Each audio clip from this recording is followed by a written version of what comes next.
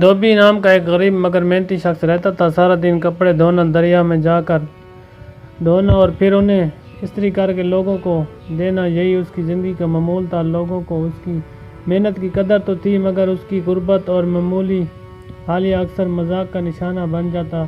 ایک دن گاؤں میں افواہ پھیلی کہ دھوبی نے شادی کر لی ہے۔ سب حیران تھے، اور جب اس کی بیوی کو پہلی بار گاؤں والوں نے دیکھا تو حیرت میں بدل گئی۔ وہ ایک بے حد حسین، نازک، گوری رنگت، لمبے بالوں والی لڑکی تھی، بلکہ کسی شہر کی راجکماری جیسی۔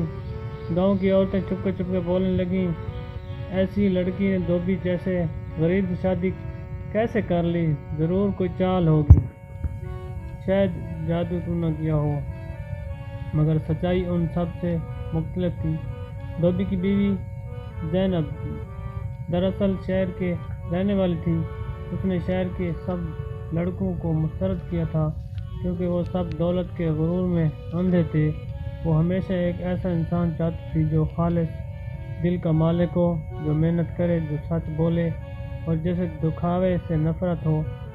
ایک دن جب وہ اپنی نانی کے ساتھ گاؤں آئی تو اس نے دھوبی کو کام کرتے دیکھا۔ اس کے چہرے پر تھکن تھی، مگر آنکھوں میں ایمانداری کی چمک تھی۔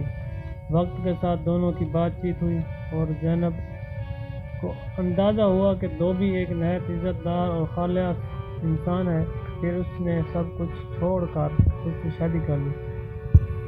شروع میں گاؤں والوں نے ان کا خوب مذاق اڑایا، مگر زینب نے کبھی برا نہ مانا۔ وہ خود دھوبی کے ساتھ کپڑے دھوتی، لوگوں کے گھروں میں کام کرتی اور خوش رہتی۔ اس کی خوبصورتی اور عاجزی نے گاؤں والوں کا دل جیت لیا۔ ایک دن جب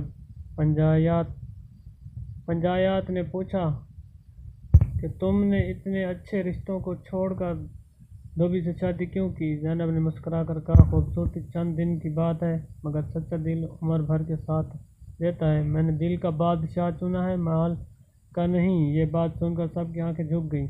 وقت گزرتا گیا اور دھوبی اور زینب کی محبت مثالیں گاؤں کے بچے بھی دینے لگے۔ لوگ اب ان سے سیکھتے تھے کہ رشتوں کی بنیاد شکل، دولت یا ذات پر نہیں، بلکہ محبت، عزت اور خلوص پر